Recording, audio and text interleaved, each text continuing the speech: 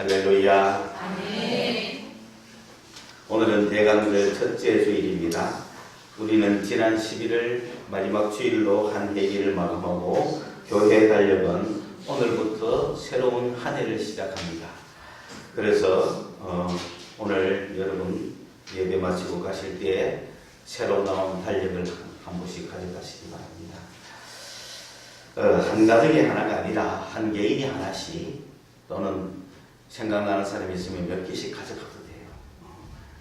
그래서 달력을 통해서 또 예수 이야기도 하시고 성탄절 이야기도 하시고 그렇게 계기를 삼으시기를 바랍니다.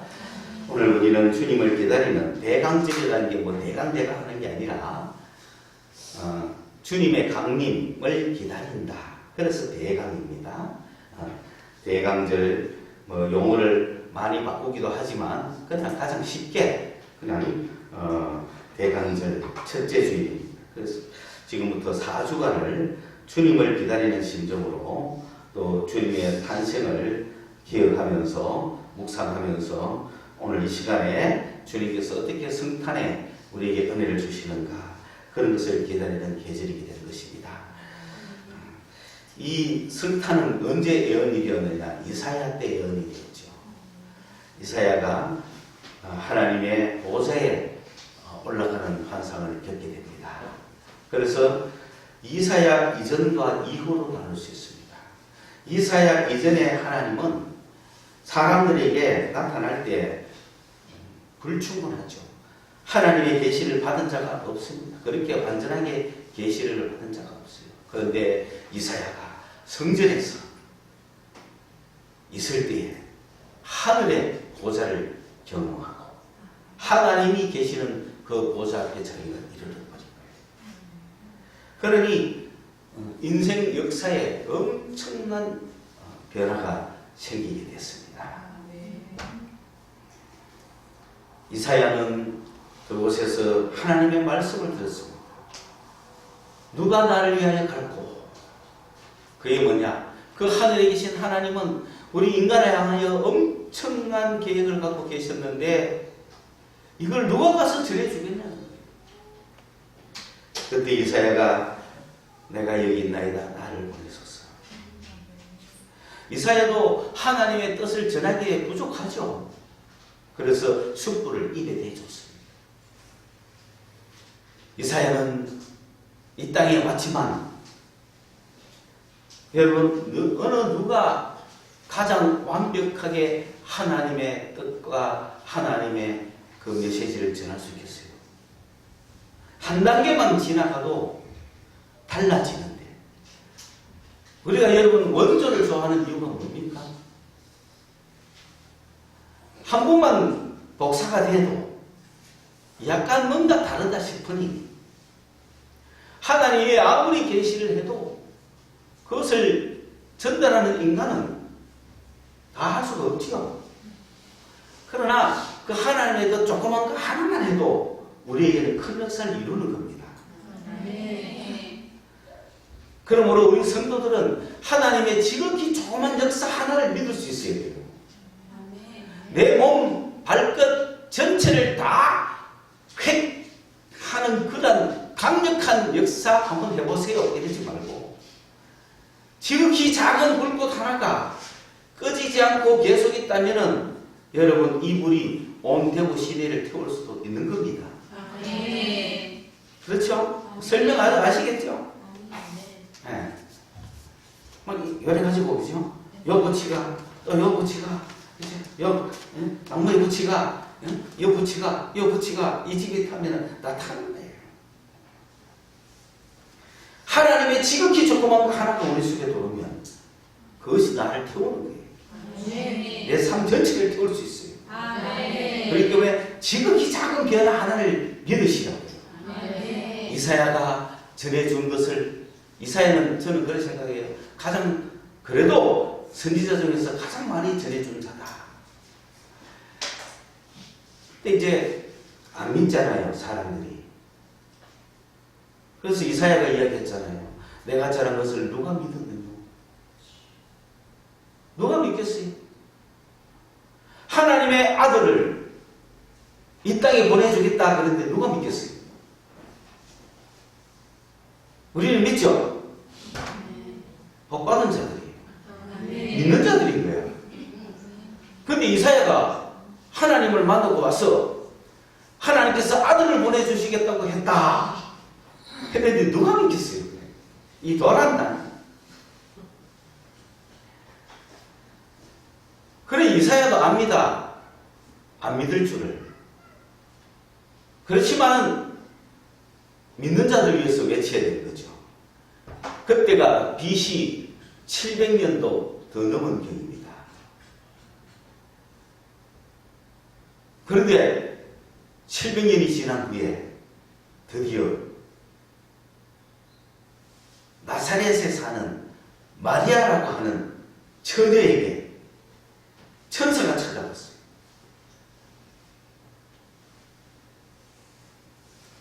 그리고 너가 아들을 낳을 것이다. 그게 누구의 예언이었다? 이사야의 예언이. 700년 후에. 그래 누가 믿겠어요? 누가?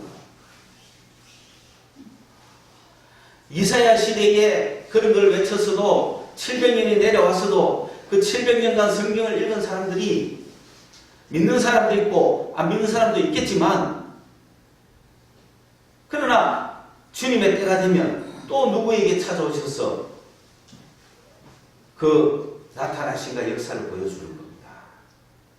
마리아에게 나타났죠. 마리아는 믿을까요? 안 믿을까요? 믿어야 되겠죠. 믿어야 역사가 아니에요. 주님은 믿는 자를 찾아가는 거예요. 결국 믿게 된다는 거지. 네 이성으로는 안 믿겠지. 네 마음으로는 안 믿겠지. 그러나 너는 믿게 될 거야. 그러나 너는 믿을 수밖에 없을 거야. 믿을 자를 주님이 찾아오거든요. 너가 아들을 낳을 것이다 하니까 마리아는 거부했죠. 왜? 근데 마리아는 믿는 자야, 안 믿는 자야? 믿는 자라고요. 믿는 자가 이성과 감성이 막아서 힘든 거야. 그런데 그 이성을 하나님은 굴복시켜 주는 거예요. 하나님은 이성과 감성을 무시하는 게 아니에요. 여러분이 생각하는 이성과 감성을 설득시켜 주시는 거예요. 그래서 시간이 좀 걸려요. 설득하자면. 마리아가 뭐라 그랬죠? 나는 사내를 알지 못하는데 어떻게 아이를 임신할 수 있겠습니까? 아무리 나이가 어려도 그 정도는 아는 거 아니에요. 그러니까 10살짜리한테 와서 뭐 해야 됐을까요? 아멘 하고 그냥 받았겠죠. 근데 이미 마리아는 정혼한 처녀라. 결혼 생활을 알아요. 그런데 아직 정혼은 했지만은 동거를 안 했단 말이에요. 결혼하기 전에 소위 말해요. 혼인만 한 상태란 말이에요. 그런데 아들을 뵙겠다 하니 아니 남편하고 만나야 뭘 아이를 뵙든지 하는데 천사가 찾아와서 그렇게 이야기하니 마리아가 그렇게 이야기하는 건 이성적으로 당연하잖아요. 그런 사실 앞에서 아멘 가사는 왜 있어요? 여러분 신앙은 이성을 무시하는 게 아닙니다. 주님은 우리에게 이성을 주신 분이시고 감성을 주신 분이세요. 주님이 이성과 감성을 무시한다고 생각하지 마세요. 무슨 영성을 강조하고 성령을 강조하고 영을 강조하고 영적인 걸 강조하니 비이성적으로 보입니까? 이성을 포기한 영성은 그거는 미신이에요. 그 한경주 목사님이 벌써 옛날에 이야기했어요. 이성을 포기한 신앙은 그거는 미신이에요. 그래서 마리아가 그렇게 이야기했는데 뭐 마리아가 설득 당했을까요? 안 당했을까요? 당했죠. 야 마리아가 과학을 알았으면 더 힘들었겠죠. 그런데 최신 과학을 알았더라면 남성 없이도 잉태되는 역사가 있죠 요새. 과학이 그걸 기억해 주는 거예요. 우리가 알고 있는 게 전부가 아니었다는 거예요. 그런데 그런 것 할 시간 없어요. 하나님은 하나님의 뜻을 이루는 거예요. 하나님의 뜻을 이루는 데 필요한 이성, 하나님의 뜻을 이루는 데 필요한 감성. 그래서 그래서 한 사람을 향하여 하나님의 뜻을 이룰 때 필요한 이성을 그 사람에게 이성적으로 설명해 주시고, 한 사람에 필요한 그 사람의 감성을 치료해 주시지, 뭐 아무나 전 세계 만민이 보편적으로 따를 그런 이야기를 안 하는 거예요. 100사람이 안 믿고 한 사람 믿어도 되는 거예요. 하나님은 그 믿는 한 사람을 통해서 일하시는 거예요. 그래서 마리아가 주의 뜻대로 될지어다 그랬죠. 자, 그러니까 더 이상은 모르겠다 이거지. 하나님 하신다니까 하시라는 거지. 문제는 또 요셉이죠. 오늘처럼. 왜? 요셉이 소문을 들었거든요. 어떤 소문을 들었어요? 나사렛 동네에 나하고 정혼한 여자가 지금 뭐 했다고? 그러니까 첫째 예수님은 사생활하는 소리를 듣죠. 자, 요셉은 그 이야기 들었어요. 그런데 요셉이 주님이 역사하시고 익하겠어요. 생각할수록 참 기가 막히고 말이 안 되지만, 그러나 내가 어찌 하나님을 믿는 사람으로 그 마리아를 돌로 쳐 죽일 수 있겠냐. 약혼녀가 아기를 낳다니 내가 그냥 서로 소문 없이 그냥 아무 문제 삼지 않고 파혼을 하자. 원래는 돌로 쳐 죽이게 되는데 내가 그렇게 문제 삼지 않겠다. 조용히 그냥 파혼을 하겠다 라고 결론을 낸 거죠. 주님은 요셉이 어떤 결론을 내는가 결론 낼 때까지 기다려봤죠. 만약에 요셉이 하나님의 뜻이 있을 거야, 마리아가 그런 여자가 아니야, 내가 마리아를 찾아가서 한번 물어봐야 되겠어 라든지 이런 좋은 결정을 내렸으면 대단히 훌륭한 사람인데, 주님께서는 쳐다보고 계시는, 저 사람이 어떤 생각을 하고 어떤 결정을 내리는가 다 쳐다보고 계시는 거예요.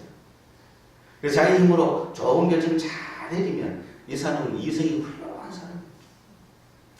감히 누구도 흔들 수 없는 이성을 가진 자입니다. 근데 어느 인간이 그러겠어요? 말씀으로 100% 충만하지 않는 사람이 인간의 생각이 막 돌을 수밖에 없잖아요. 인간의 지식이 돌을 수밖에 없는데, 그러니 결론은 어떻게 해요? 파혼하자 라고 하니 성령께서, 천사가 와서 이야기하죠. 자, 네 생각 결론 났냐? 내 생각은 이거야. 진짜는 이거야. 너는 이렇게 해야 돼. 그래서 와서 오늘 말씀처럼 뭐라 그랬죠? 요셉에게 말하기를 마리아가 바람난 게 아니다. 마리아가 다른 남자의 애를 뵌 게 아니다. 자, 그 말을 요셉이 믿을 수 있어요? 그렇지만은 한편으로는 참, 그러니까 이게 하나님의 영의 역사라는 거죠. 천사가 와서 그렇게 이야기하니 되죠. 사람이 와가 이야기하면 되겠어요? 힘들죠. 그러니 안 믿을 수가 없죠. 그걸 믿고 나 마리아에 대한 온갖 오해가 다 사라지지 않겠습니까? 그리고 그 마리아를 보호해야 되지 않겠어요? 그래서 들보가 결혼 안 하면 힘들거든요. 들보에 아버지가 돼 있어 줘야 되는 거예요. 그렇죠? 그런데 이 예수는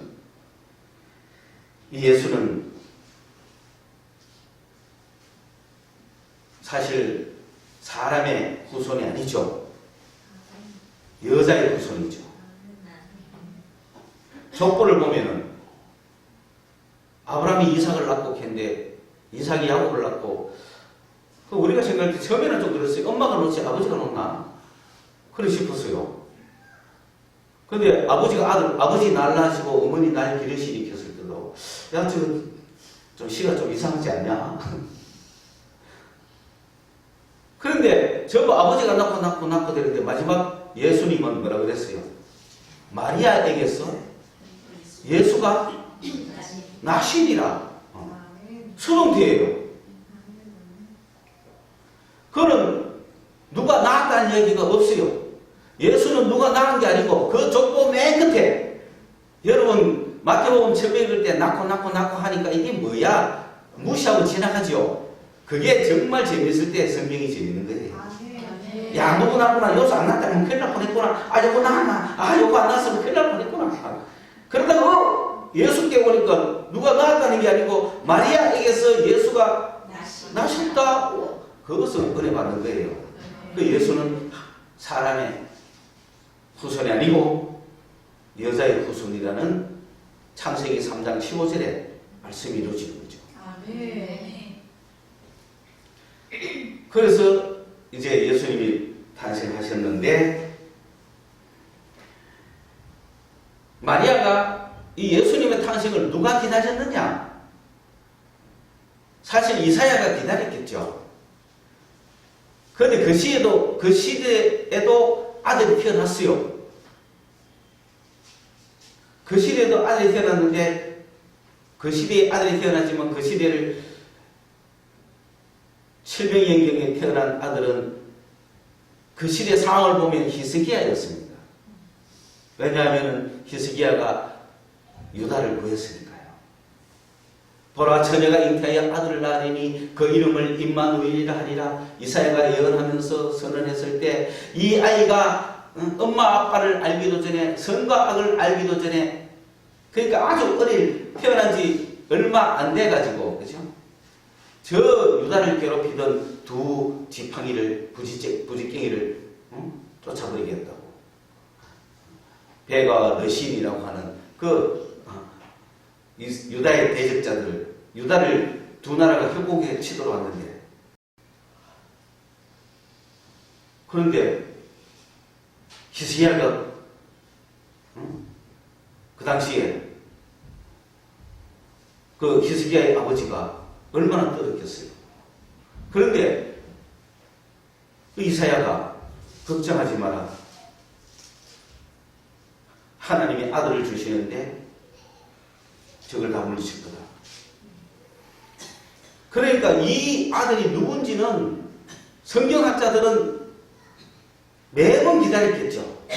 700년간을 혹 저 사람 아닐까? 저 사람 아닐까? 이 시대에 저 사람 아닐까?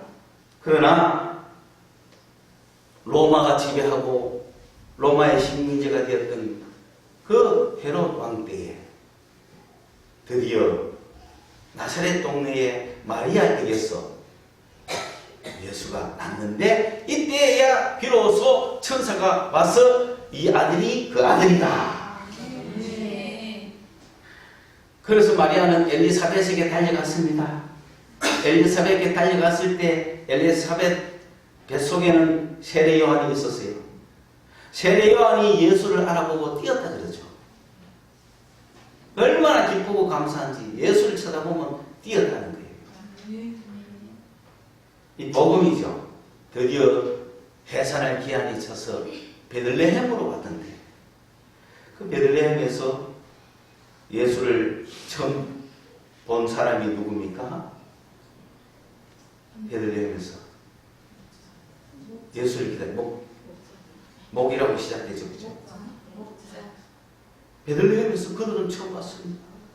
그리고 잠시 후에 또 저 멀리서 온 목약 박사들이 목박이고 박사들이고 그 다음에 성전에 올라갔을 때 그죠? 시안 이런 사람들은 그 주의 약속을 받고 주님을 기다리고 있었던 자들이에요. 주님을 보기를 소원했던 자들이에요. 예수 보는 걸 평생에 업으로 삼았던 사람들이에요. 시몬은 내가 죽기 전에는 내가 보기 전에는 죽지 않을 것이다. 놀랍잖아요. 그 시몬은 한 1000년 살 뻔했어요. 왜? 예수님이 오지 않았다. 그러니까 시몬의 신앙이라는 것은 내가 죽기 전에 본다. 내가 보기 전에는 절대 죽지 않는다. 그게 반드시 나타나는 거죠. 안나는 평생을 교회에서 기도한 사람이에요. 성전에서 누구를 사모하면서 메시아를 기다렸어요. 오늘 대강절 여러분은 그런 주님에 대한 기다림, 주님을 보고 싶은 열망, 주님에 대한 환상, 그 메시아만 보고 싶다. 그런 소망을 가지시기를 바랍니다. 그런데 오늘 제목은 성령과 예수입니다. 제가 오늘 드리고 싶은 말씀은 딱 이거예요. 되게 어렵게 굉장히 이야기하지만 다음 주일이 성서주일입니다. 저는 오늘 이야기를 하는 결론이 뭐냐면 여러분이 성경을 보시라고 이야기하는 거예요. 왜 성경을 봐야 하는지를 이야기하는 거예요. 초점은. 그런데 이런 이야기를 하기가 굉장히 어려워요. 왜냐하면은 그냥 성경 이야기 딱 하면은 성경에 대한 이야기를 3, 40분 집중적으로 하면 좋은데 항상 우리는 내하 소설처럼 하거든요. 그러다 보니까 적어도 1시간 반이 필요하고 3시간 가까이 설교를 해야 그걸 마무리 짓거든요. 근데 그런 시간이 안 되니 그냥 결론을 먼저 이야기해놓고 단순 명료하게 결론을 먼저 이야기해놓고 뭐 시간 되는 대로 대학소설처럼 풀다가 끝내겠다 이거예요. 그래서 결론은 여러분이 뭘 보자? 성경을 보자. 왜 성경을 봐야 하는가? 성경을 볼 수 있는 힘이 있는가? 그게 지금 초점을 맞춰가면서 제가 대하소설처럼 이야기를 하는 겁니다. 여러분 대하소설이 뭔지 압니까? 이거는 이 타임에서 좀 이야기를 해야 될 것 같아요. 그죠? 그러니까 지금 대하소설 이야기를 내가 한다고 해서 앞으로 저거 1시간 반이 끝나겠나 싶지만은 그러나 결론을 내놨기 때문에 크게 걱정하지 마세요. 여러분 우리나라에서 단편소설, 장편소설 이런 거하고 대하소설은 왜 다르냐 하면 우리나라의 초창기 소설은 어떤 거예요? 주제 하나를 가지고 집중적으로 하는 거예요. 그러면 만약에 뭐 독립군에 대한 소설 쓴다. 그러면 그거 주제 하나만 갖고 하고 일본 입장은 빠지는 겁니다. 자, 해방이 됐어요. 대한민국 건국 이야기를 합니다. 그럼 북한 이야기는 빠지는 거예요. 6.25 소설 씁니다. 6.25 소설 쓰면은 인민군이 오해했는지는 빠지죠. 우리 국군이 어떻게 했는가를 이야기하는 거죠. 그게 소설이죠. 기본적으로. 그리고 우리가 어떻게 했는지 그런 것에 대한 이야기를 하는 것이죠. 그런 역사를 우리 팀한테 이야기하죠. 왜? 단순하잖아요. 언제 끝까지 다 이야기해야 되죠. 이야기하기 너무 힘들지 않습니까? 6.25 이야기한다. 그러면 6.25 소설을 쓴다. 그러면 어때요? 우리나라 돌아가지 않는 해병, 7인의 전사, 우리 국군이 어떻게 활약했는가? 그런 거 쓰잖아요. 그런데 김성종 소설가가 첫 대하 소설을 우리나라에서 쓰는데 그게 여명의 눈동자죠. 그게 왜 대하 소설이에요? 그 시대를 상징하는 인물을 3명을 두죠. 그러면서 단순히 일본이 우리나라를 점령해서 이랬다 저랬다 우리는 거기에서 이랬다가 아니라 한 인간의 삶을 조명하면서 그가 어떻게 해서 인민군이 되고 어떻게 해서 국군이 되고 어떻게 해서 정신대로 끌려가고 모든 삶을 완벽하게 조명하죠. 시간을 빨리 당겨가면 여러분 아이락이라는 것도 일제가 우리를 지배하기 시작했을 때의 상황들을 크게 그리잖아요. 태백산맥 1945년 해방된 이후부터 54년 6.25가 끝날 때까지 그 상황 속에 있었던 그거를 국군이 이랬다 그리는 게 아니고 인민군도 이랬고 토벌군이 이랬다가 아니라 말치산도 이랬다. 다 보여주는 거죠. 그걸 읽는 젊은이들이 만약에 우리나라 역사 중심에서 쫙 썼다면 이 빨갱이들 이렇게 썼겠네. 빨갱이 사람도 대단하잖아요. 걔들도 어릴 때부터 성경 같은 거 다 그려줬으니까. 얘들이 왜 이렇게 되는지 그 한 인간의 삶을 다 조명해 줬어요. 이게 대화소설이에요. 그러니 다변화가 됐죠. 그 소설을 읽는 사람들이 감정이 다 다른 거죠. 이런 시대를 펼쳐나가는 거죠. 조금만 더 이야기하면 드라마에서 대하 드라마라고 이야기할 수 있다면 이제 여러분 대하는 뭔지 아시겠죠? 소위 말하면은 판자촌 철거면이 있다. 그러면 나라 발전을 위해서 세계적인 경제도약을 위해서 국가가 이렇게 해서 저 판자촌을 다 철거하고 그래서 나라를 이렇게 빌딩을 세우고 이렇게 발전했다라고 하는 이야기만 하는 것이 아니라 그 철거민 안에 판자촌에 있는 애의 성장 과정을 이야기하는 거죠. 촌에서 어릴 때 이래와가 여기서 이래가지고 이 권력에 당하면서 엎어지면서 겨우여기까지 왔는데 판자촌 앞에서 엄마를 막아서다가 아내는 장애를 입은 부모가 있고 막아서다가 죽어가고 저저저 그게 대화소설이에요. 이해가셨죠? 그래 그걸 읽는 젊은이들 미실 수가 있나 이래 되겠죠. 자, 그 대하 드라마에 요즘 다시 한번 여러분 쳐다보세요. 모래시계라는 게 있죠.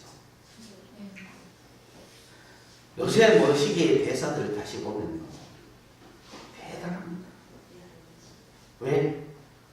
그 모래시계는 우리나라에서 안 보여줬던 광주 이야기를 보여주잖아요. 그런데 문제는 광주 이야기를 노골 쪽으로 하는 게 아니잖아요. 그 한 아이의 스토리를 갖고 이야기하잖아요. 그게. 응? 그러니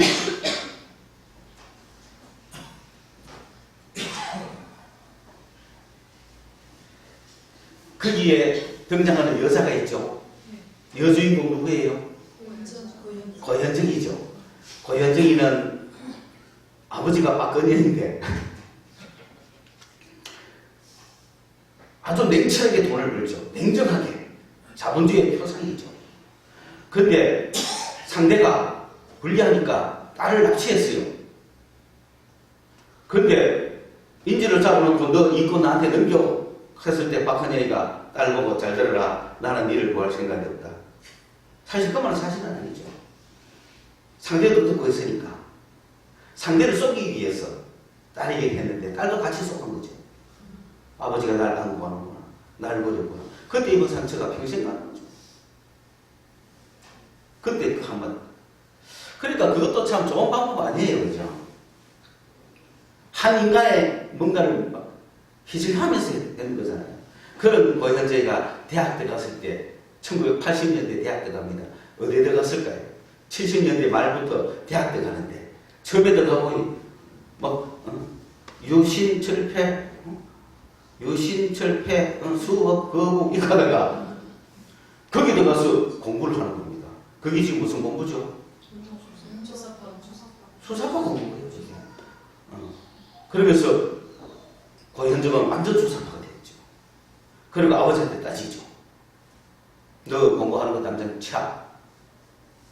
저는 그럴 수 없습니다. 너 이런 공부한다니 이따위 공부하고 있어? 그래가 나가죠. 수사파가 그래 됩니다. 근데 그게 벌써 그때 그려져 있는 게 그때 자 드라마를 중심으로 하면은 95년도에 나왔는데 2005년, 2015 벌써 25년 만에 되죠. 거의 대한민국은 그런 사회가 됐습니다. 그런 사상을 편만하게 했습니다. 왜냐하면 이렇게 한 사람을 죽이는 이 사회 이런 식인 거죠. 자, 그래서 하나의 어떤 이념에 대해서 여러 개가 나온다 이 이야기를 내가 한 거죠. 그러나 단순 명료하게 해야 될 필요가 있는 거예요. 니도 맞고 니도 맞고 니도 맞고 니도 맞고 니도 맞다가 아닌 거죠. 우리가 이거다 하고 그에게 길이 있는 거예요. 하나님의 뜻이 니도 맞고 니도 맞고 니도 맞답니까? 이 세상을 향한 하나님의 뜻이 예수를 이 땅에 보내신 뜻이 너도 맞고 너도 맞고 너도 맞답니까? 아니잖아요. 대화소설이 아니라는 거예요. 단편소설인 거죠. 단편 주제 갖고 대한민국의 역사는 단편소설이지. 그죠?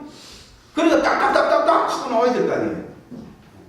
그런데 이럴 수도 있고 이럴 수도 있고 이럴 수도 있다 하니 혼란해지는 거죠. 다 원하시는 거죠. 그 교육이 안 되는 거죠. 마찬가지로 신앙도 이것도 맞고 저것도 맞고 저것도 맞다 안 되는 거예요. 단일 주제로 가야 돼요. 성경은 예수밖에 없는 거예요. 여기서 딴소리 하면 안 돼요. 그런데 성경도 그런 방식으로 하잖아요. 지금 니도 맞고 니도 맞고 니도 나는 여기서 뭐 S가 보이네. 그래서 여기서 보이는 거 많은데 주제는 예수고 주제는 양으로 흘러가는데 왜 S를 쳐다보고 있냐고. 그래 남부평야에서 그냥 착하게 살던 박태수는 왜 됐어? 홀로 어머니 모시고 아버지 누군지도 모르고 어머니는 술 장사하면서 크다가 지는 전화 갈 때마다 그 동네 애들한테 뚜지 맞고 그래 지도 안 싸우겠다고 결심하고 전교 1등한테 공부 가르쳐 달라더라고. 내 다시는 안 싸우겠다. 내가 공부 열심히 해서 출시하겠다. 또 얻어터지고 또 싸우니까 저 세력을 어야만 좋겠노. 내가 아무리 착하게 살게도 놔두지를 않는구만. 그래서 야 박정희 대통령이 어느 대학 나왔냐? 육사 나왔어. 그래 나도 육사 가야 되겠어. 나도 육사 가가지고 저런 놈을 싹 썰어버리겠어. 공부 열심히 해가 육사 면접 보는데 아버지가 빨개있네. 끝난 것이. 그래서 야 박태수가 나쁩니까? 일반 사람들이 이렇게 많이 약하잖아. 나쁘거든. 아무도 못 믿게. 왜 안 나빠? 나쁘지 않게 돼 있는 거야. 이해 갔습니까? 나는 이런 삶을 살겠어. 야 친구야 너는 검사가 되라. 그러니까 뭐 조폭동무 아이가. 그러니까 그때부터 장래희망 1순위가 조폭입니다. 우리 청소년들이. 멋있잖아요. 그런 삶이라고 뭐 잘못됐다고 이야기하는 지금 엉망진창 아닙니까? 잘 생각하셔야 돼요. 그런 삶이 옳습니까? 다 불행하다고 그러면 다 그래 됩니까? 검사된 친구는 왜 검사된대? 그 집도 안 어려웠어요. 그 집도 어려웠는데. 그 집도 어려운 건 마찬가지예요. 자기 아버지가 비료 훔쳤다는 누명 덮어쓰고 집을 뺏기잖아요. 왜? 그 집을 개발하겠다고 다 재벌들 돌아가 땅 사는데 땅은 농민의 것이요. 땅은 우리 인간의 것이요. 우리 삶이요. 하고 끝까지 땅 팔지 않던 김인문이가 너 비료 훔쳤지. 그래가지고 잡아얘가 너 줄 거이면 너가 아들은 출세 끝났어. 라고 하니 어떻게 해? 땅 팔았잖아요. 팔고 갔잖아요. 그러면 그 아들도 이 더러운 세상하고 익혀야 되지 않습니까? 근데 그거는 모래시계 검사가 됐잖아. 이것도 옳고 저것도 옳고 가네요. 성경은 예수에 관한 이야기 하는 것이 성경 통해 가지고 여기가 삶의 모범이 있고 삶의 교과서가 있고 성경이 우리 삶을 풍성하게 해주니 성경이 우리에게 뭘 알려주느니 무슨 지혜책이 예수밖에 없는 겁니다. 어디서 이런 걸 찾아요? 여기서 해방신학하는 친구들은 세례 요한을 통해서 공부합니다. 공부하면 예수는 안 보이고 세례 요한이 보이는 거예요. 그러니까 성경에 봐라. 세례 요한이 이랬지 않느냐? 예언자들이 이랬지 않느냐?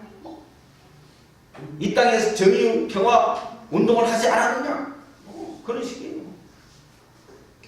그러나 성경에서 찾을 주제는 예수. 단순 무심, 한계의 주제. 이것도 저것도 아닙니다. 근데 요즘 이렇게 해보면 우리 젊은이들 30, 40대들 50대는 아무 생각 없고 30, 40대는 똑똑한데 30, 40대를 이어서 꼭 예수 찾는 사람도 있는가 하면 꼭 다른 걸 다 찾아요. 그냥 다른 게 보인다 하고 다른 게 왜 보이지 보지 말아야 되거든요. 하나님이 원하시는 것만 보셔야 돼요. 자, 그래서 오늘 이 시간에 성령과 예수에 관한 이야기. 성령과 예수는 불가분의 관계다. 왜냐? 예수가 어디서부터 나왔습니까? 할렐루야. 여기에 헬라어 전치사 out of 에크가 쓰여 있습니다. 성령 속에서 나오셨다고요. 예수가. 성령 속에서 밖으로 나오신 거예요. 그거는 그 성령의 속성을 다 갖고 있다는 거예요. 성령이 바깥에서 이래 한 게 아니에요. 성령 속에서 나왔대요. 그러니까 예수와 성령은 떨어질 수가 없죠. 그런데 서구가 예수 운동을 열심히 했다면은 또 남미나 아시아가 성령 운동을 열심히 하는데 우리는 말씀 운동을 해야 됩니다. 말씀 안에서 예수와 성령이 함께 되는 거죠. 예수도 말씀이고 성령도 말씀이에요. 그렇죠? 창세기를 보세요. 하나님이 천지를 창조하실 때 성령이 운행했죠. 성령 안에서 세상이 나왔듯이 성령 안에서 예수가 나오신 거예요. 그런데 이 예수는 말씀이셨죠.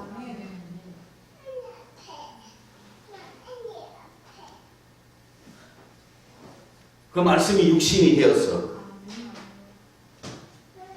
마태복음에서 우리 가운데 오셨는데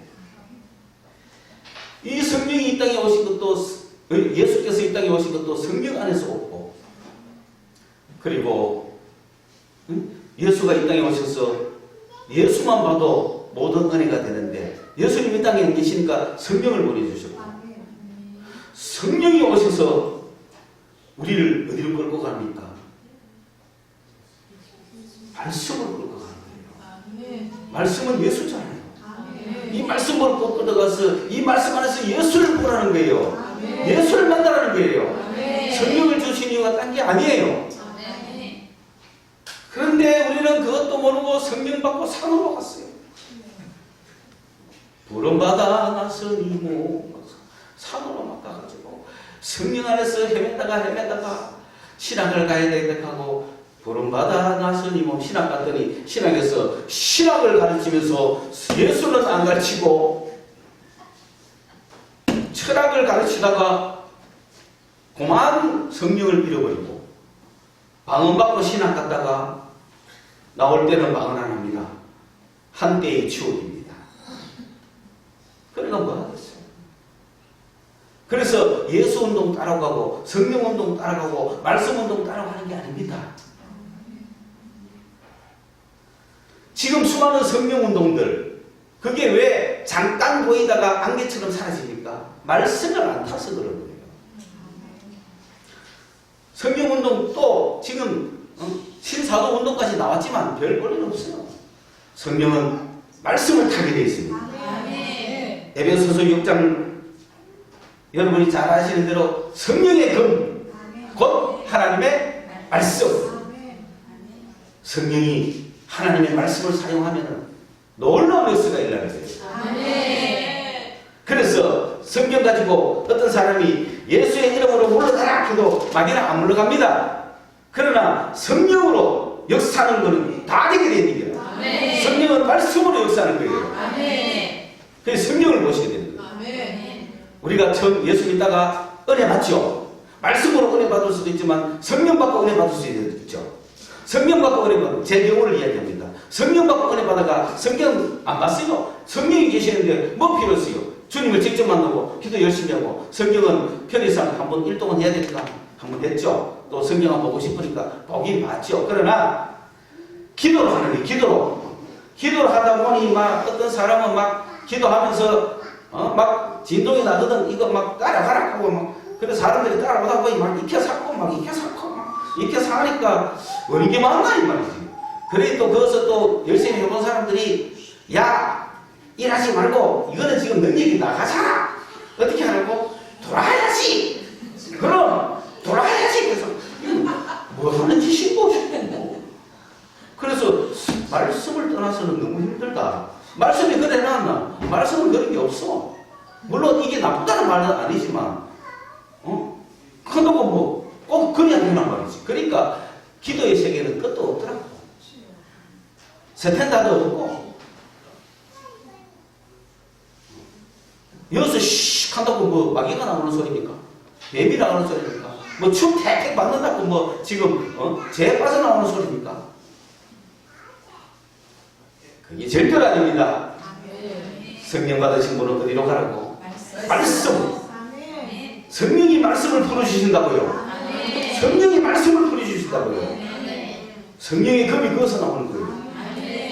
여러분이 성령을 받으시거든 반드시 말씀을 읽으십시오. 꾸준히 끊임없이 읽으십시오. 성령이 말씀을 팍 줄 거란 말이에요. 그런데 성령 받으시는 사람은 말씀 보기보다는 그냥 하고 싶어. 그냥 하고 싶어. 하고 싶어. 근데 이 결과도 뭐냐 이거지. 그런데 성령과가 있으면 위험한 이유가 뭐냐? 우리의 마음이 왔다 갔다 해요. 그리고 혼의 역사하는데 이 혼은 힘이 있을 때도 있고 없을 때도 있어요. 주역하고 예배할 때는 혼이 충만하다가 혼이 뭐로 충만해요? 성령으로 충만하죠. 그런데 이럴 때는 믿음도 생기고 힘도 있다가 문을 열고 1층으로 나가는 순간부터 막 세상이 또 들어오는 거야. 그러다가 막 종기 지나간다. 그럼 썩 바쁘면 막 그만 집에 와 내가 지금 보면 안 되는데 하고 자기를 자책하고 죄의식이 들고 하면 혼이 지금 약해요 아니에요? 약해져가 늙이 죽고 있는 거야. 그거 왔다 갔다 하면 안 되는 거야. 이 혼은 마귀가 점령해가 나는 완전히 죽었다 할지라도 주님하고 아무 상관없어요. 우리는 이미 주님의 사람들이에요. 우리는 왜 그 죽었고 나는 안 돼 하고 있습니까? 마귀가 충만할 뿐이지. 뭐가 충만해야 된다? 성령으로 충만해야 되죠. 그러면은 거기에 기분 따라 왔다 갔다 하면 안 됩니다. 오늘 이 시간 여러분이 알고 성령 충만하다가 갑자기 술 한잔 했더니 사라지고 사라진 거 맞습니다. 그렇기 때문에 그 의존하지 말라는 거예요. 저도 성령이 충만해가지고 8개월간을 한 번도 막힌 적이 없어요. 왜? 주님이 저에게 미리 지시해줬기 때문에. 뭐라고 지시했냐? 밥을 뜨지 마라. 오케이. 그러니까 뭐라 하지 말라는구나. 그래가 저는 갤러그 전자 오락도 남한테 돈 주고 시키지 난 안 했어요. 뒤에서 보기만 했어요. 안 막히려고. 그런데 그만 10월달에 추석이 다가오니 매년 하던 대로 한번 착 붙더니 바로 막히니까 세상 재미없대요. 그때부터 성경 봤습니다. 여러분 이거는 막혀도 성경은 살아있다. 여러분 이 글자를 모르지는 않잖아. 성령이 막히면 기도는 막혀요. 그러나 글자까지 막힌 건 아니잖아. 글자로 볼 수 있는 건 뭐다? 성경이야. 성경 보면서 꾸준히 했을 때 성령의 역사가 해보입니다. 하나님이 진리의 말씀이 열리고 말씀을 통해서 예수를 그러므로 여러분 내가 다시 한번 강조합니다. 성령과 예수는 어떤 관계냐? 말씀 안에서 역사한다. 그 말씀은 오늘 우리에게 성경으로 주어져 있다. 그래서 성경은 선물이다. 이게 없었다면 말씀은 말씀인데 어디 가서 듣겠어요. 그러나 이것이 우리에게 다 주어졌으니 얼마나 감사합니까?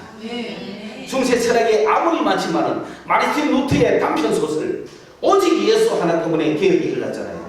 여러분 루터가 가톨릭을 개혁했다고 그 단순하게 생각하지 마세요. 말씀을 개혁했습니다. 수많은 사람이 이게 은혜라고 말할 때 마르틴 루터는 그거 아니야. 이게 은혜야. 수많은 사람이 명제를 이야기했을 때 그거 명제 아니야. 이게 명제야. 수많은 사람이 이런 게 구원이야 했을 때 그거 아니야. 이게 구원이야. 그게 마르틴 루터의 말씀의 계획이지. 그 말씀에 비춰서 교회가 틀렸으니까 계획이 된 거지. 지금 교회가 틀린 걸 보고 한 게 아닙니다. 말씀을 쳐다보고 말씀을 쳐다보고 말씀을 쳐다보면서 말씀 안에서 내가 예수를 만나보니 아니더라는 거지. 구원이라는 건 그런 게 아니더라. 그래서 루터의 은혜라든지 루터의 예정이라든지 루터의 속죄라든지 교회와 국가의 관계라든지 루터는 말씀 운동을 일으킨 사람이었죠. 조한 웨슬리도 마찬가지고. 그런데 오늘날 웨슬리 이후에 예수 따로 말씀 따로 성령 따로 가니까 성령 운동은 말씀을 떠난 성령 운동이 안 된다. 그러므로 이 성령 속에서 예수가 나왔다. 그러니 예수와 성령은 하나. 그러면서 그 말씀이신 예수를 성경을 통해서 볼 수 있어요. 여러분이 빠른 시간 안에 이 성서를 펼치면서 이 축복을 누리시기를 축원합니다. 기도하겠습니다. 하나님 아버지, 우리가 어떻게 하면 말씀을 볼 수 있겠습니까? 그저 말씀을 스타디하는 것이 아니라 말씀을 나누면서 자기 이야기하는 것이 아니라 말씀을 보면서 수다한 사람들의 시각을 보는 것이 아니라 오직 예수를 보게 하옵소서. 예수를 찾게 하여 주옵소서. 예수에 집중하게 하옵소서. 예수님이 세상을 어떻게 보는지, 예수님은 우리에게 어떻게 말씀하시는지 그 하나님의 말씀에 귀 기울이가며 주님을 찾을 수 있는 성경 읽기가 되게 하여 주시옵소서. 하나님 자칫하면 우리는 대하소설 같은 그런 여러 가지 주제에 빠지기 쉽습니다. 주님 불쌍히 여겨주시고 오직 성령과 함께 한 길을 갈 수 있게 하여 주옵소서. 예수님의 이름으로 기도드리옵나이다.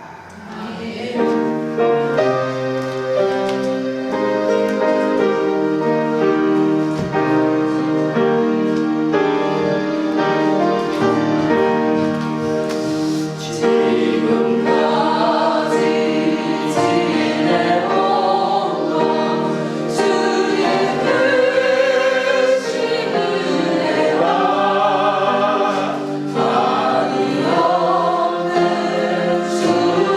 사랑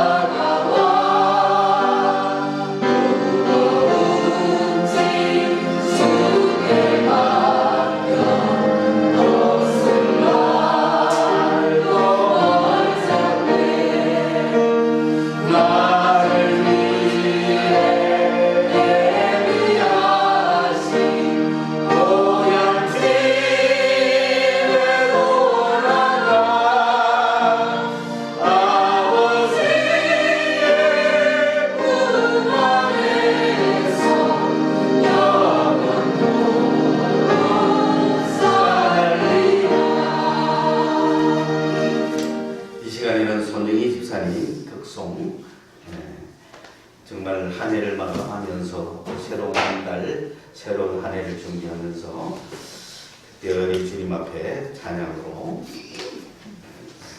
영광 드리겠습니다.